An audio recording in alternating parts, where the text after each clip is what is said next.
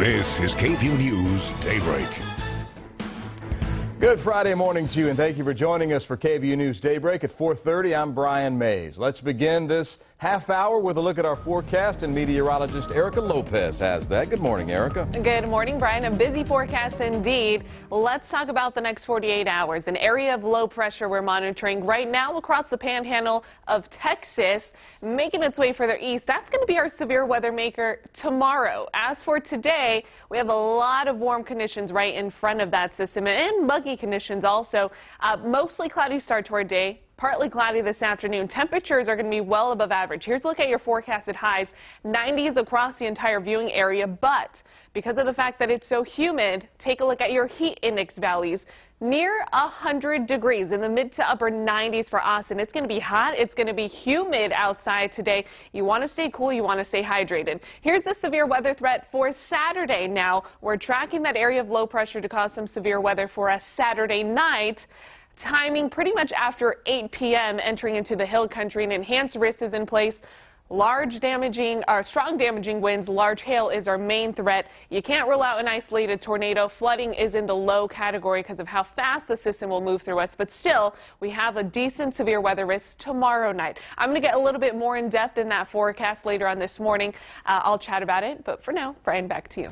Erica, thank you. All new overnight, a SWAT standoff that lasted several hours in Cedar Park has ended peacefully just before midnight. I'm very proud of the actions of the Central Texas Regional SWAT team and all individuals that were involved in this operation. Around 7 p.m. last night, SWAT teams were called out to the Muir Lake apartments on Avery Ranch Boulevard near 183 and Lakeline Boulevard. Officials say a man with a weapon barricaded himself inside one of the apartments after family members called authorities because they were concerned about his safety. Police say he ended up sneaking off into another apartment through his attic. After several hours of negotiating, officials entered the abandoned apartment and took the man into custody. No one was hurt. Officials have not yet said if he will face any charges. Tension between the United States and North Korea not simmering down anytime soon. President Donald Trump says a major conflict with the North Korean regime is possible in the standoff over its nuclear and missile programs. But he prefers a more diplomatic outcome. ABC's Stephanie Ramos explains how our nation's leader is continuing to tackle even more issues as his 100th day in office gets closer. President Trump says things may get ugly with North Korea, but he'd rather it not. There's a chance that we could end up having a major conflict with North Korea. Absolutely. The president tells Reuters in an Oval Office interview he's making the North Korean nuclear threat a top priority. But with messages like these, North Korea is a problem. The relationship with the North Korean regime is only intensifying. President Trump also taking some time to reminisce on his life before president as he nears his 100th day in office. I loved my previous life. I had so many things going. I actually, this is more work than in my previous life. I thought it would be easier. What's proven to be difficult? His ongoing negotiations with congressional Republicans and Democrats on a spending bill to keep the government open, differing over health care. I think we're making very good progress. Republicans say they would push a short-term spending bill through the House today with only GOP votes.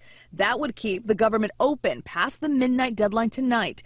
Democrats say the ball is in the GOP court. The minute they cast that vote, they put doo-doo on their shoe, tattoo on their forehead. At some point, they're going to have to explain it to their children. What did they do to make America sick again? A House GOP leader says there will be no vote on any major health care legislation until at least next week. Stephanie Ramos, ABC News, Washington. President Donald Trump plans to sign an executive order today that could lead to the expansion of drilling in the Arctic and Atlantic Oceans. It's called the America First Energy Executive Order. It's part of the administration's push to expand offshore drilling. It's part of Donald Trump's promise to unleash the nation's energy reserves in an effort to reduce dependence on foreign oil and create jobs. Environmental activists say offshore drilling harms whales and other wildlife. State lawmakers have taken a final vote on a controversial bill aiming to ban so-called sanctuary cities. There being 94 ayes and 53 nays, SB 4 is finally passed. After 2 days of emotional testimony, the Texas House of Representatives took its final vote yesterday, approving Senate Bill 4, requiring all law enforcement honor ICE detainers. ICE detainers are voluntary requests to hold someone while their immigration status is investigated.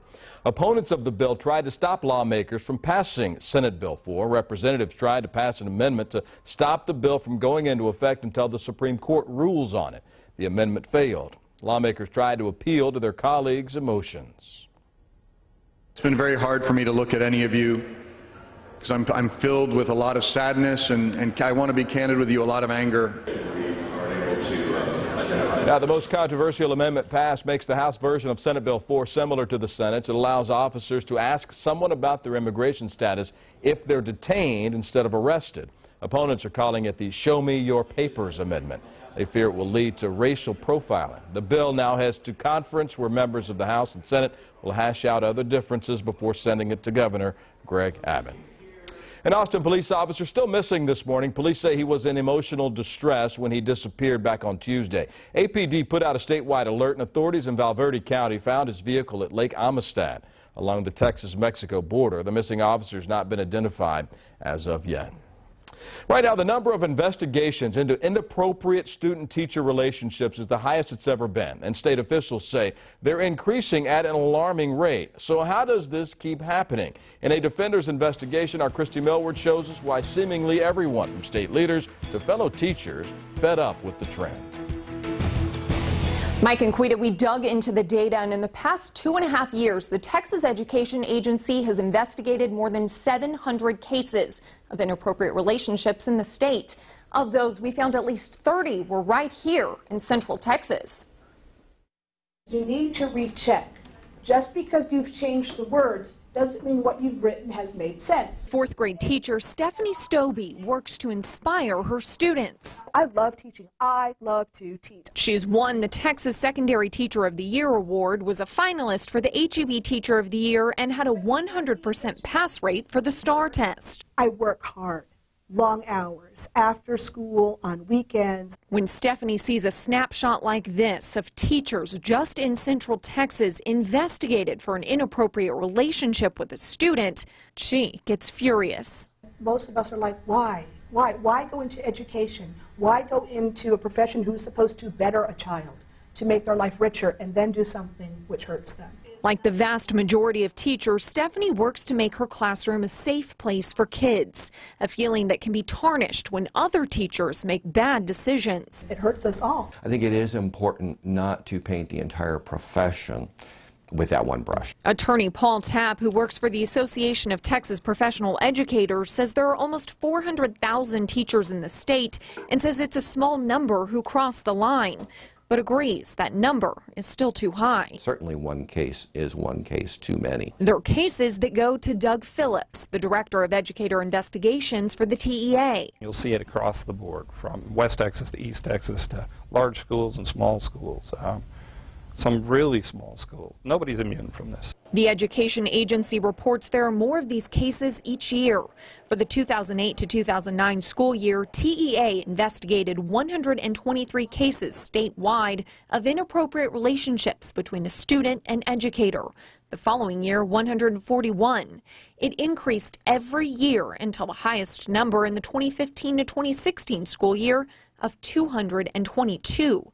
Already this school year to date, they've seen 159 cases. And here's something all you parents need to know. Phillips says a vast majority of these relationships, as much as 90% of them, start through texting or social media. My feeling is that over the years, the ability to use electronic and social media has certainly created a situation where it's easier to become involved in these sorts of inappropriate relationship and engage in inappropriate behavior. And the TEA doesn't have enough people to investigate all these cases. As an emergency item, they're asking lawmakers for almost $400,000 to add more investigators. Our whole goal here is to make sure we keep kids safe. And getting to each case and resolving it is critical to protecting kids, because unresolved cases sometimes mean the accused teacher can stay on the job waiting for the investigation. Phillips added that while texting and social media is driving the increase in inappropriate teacher-student relationships, it also helps solve these cases. It leaves a trail. A trail he says everyone now seems eager to find and stop. I think we're seeing a shift here now where there's more reporting by districts, which is a very good thing. There has been a very definite push on every level to take this seriously. I think it's something that everyone does take very seriously. This isn't flying under the radar anymore. Texas lawmakers agree. Several legislators have proposed bills aimed to prevent these types of inappropriate relationships, including Representative Tony Dale. One way or another, we're going to have some legislation that addresses this issue. The proposed legislation could do anything from require training for teachers to forcing districts to create an electronic communication policy between teachers and students to legally requiring principals to report an inappropriate relationship, which right now only falls on superintendents. I think there's been cases in the past where the principals have failed to report it up. Or it just gets lost between the principal and superintendent, especially in large districts where you have HR and other places it could get lost in between. Phillips tells me the TEA is starting training in the Austin region on how fellow teachers can spot and stop these inappropriate interactions before they go too far. We've kind of tired of just sitting back and reacting. Teacher Association ATPE also offers a training for future teachers, hoping to prevent any inappropriate student-teacher relationship. Well, of course, one case is too many.